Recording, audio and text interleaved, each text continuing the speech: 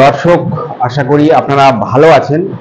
কয়েক মিনিট আজকে কথা বলবো প্রাক্তন মুখ্যমন্ত্রী বুদ্ধদেব ভট্টাচার্য, তিনি মারা গেছেন।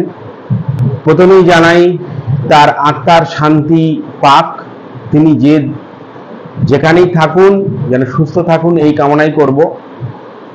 কয়েক মিনিট কয়েকটা কথা বলবো, যেটা হলো তার ভাষা, তিনি যে ভাষায় কথা বলতে চেয়েছিলেন বা যে ভাষা তিনি পশ্চিমবঙ্গের বুকে ছড়িয়ে দিতে চেয়েছিলেন, সেই ভাষাটা কিন্তু বুঝতে পারেননি তৎকালীন মানুষজন, বা তিনি হয়তো বোঝাতে পারেননি। আমি আসলে বলতে চাইছি যে তিনি পশ্চিমবঙ্গকে কারখানায় মুড়ে দিতে চেয়েছিলেন এবং তিনি মনে করেছিলেন যে যদি নতুন কারখানা তৈরি হয় তাহলে যে সকল ছেলেমেয়েরা লেখাপড়া করছে বা যারা কম শিক্ষিত অর্ধশিক্ষিত তারা একটা সুযোগ পাবে, সেই কথাটা তিনি বোঝাতে চেষ্টা করেছিলেন, কিন্তু তিনি বোঝাতে পারেননি। আপনারা জানেন, কোনো শিক্ষক যদি তার ছাত্রকে ঠিকভাবে তার কথা বা পড়া বোঝাতে না পারে, তাহলে কিন্তু সেই শিক্ষকের সেটা হলো একটা চরম দুর্বলতা বা সেটা তার একটা উইক পয়েন্ট।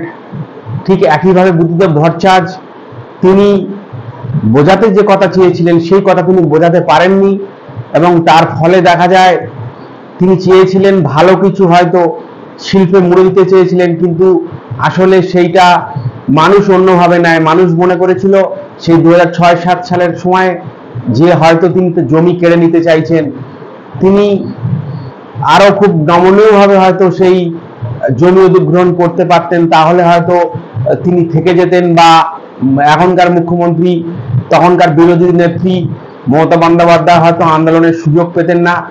যাই হোক, তিনি সেটা বোঝাতে পারেননি, তিনি ব্যর্থ হয়েছেন এবং ইতিহাসের এক চরম ট্র্যাজিক হিরো হিসেবে তিনি থেকে গেলেন। যাই হোক, এই বিষয়টা আজকে আমি নেগেটিভ ভাবে সামনে আনতে চাইনি, তার জীবনের একটা অংশ আমি আজকে বোঝালাম। তিনি বোঝাতে চেয়েছিলেন মানুষকে, কিন্তু মানুষ সেটা বুঝতে পারেনি এবং সেটা অন্যভাবে বুমেরাং হয়ে তার সরকার, সিপিএম সরকার প্রায় ফেলে দিয়ে এখন জিরোতে পরিণত করে ফেলেছে।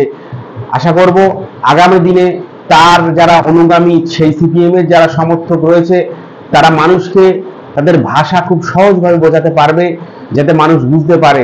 আমি আজকে আপনার সাথে সামনে কথা বলছি, আমার ভাষা যদি আপনারা না বুঝতে পারেন তাহলে আমার বলার কোনো মূল্যই নেই।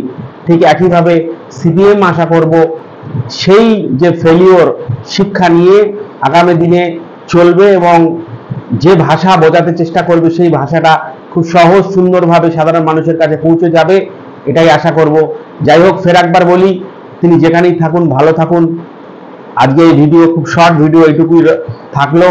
ভালো থাকবেন, সুস্থ থাকবেন।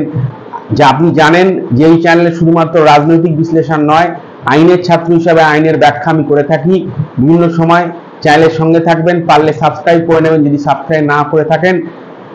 আজকের ভিডিওর বিষয় ছিল বুদ্ধদেব ভট্টাচার্য, প্রাক্তন মুখ্যমন্ত্রী, তিনি যে ভাষায় কথা বলতে চেয়েছিলেন, যেটা বোঝাতে চেয়েছিলেন শিল্প উন্নয়ন, সেটা মানুষ বুঝতে পারেনি বা তিনি বোঝাতে পারেননি, তিনি ব্যর্থ। তিনি আজকে চলে গেলেন। ভালো থাকবেন বুদ্ধবাবু, এই আশা করব। ধন্যবাদ।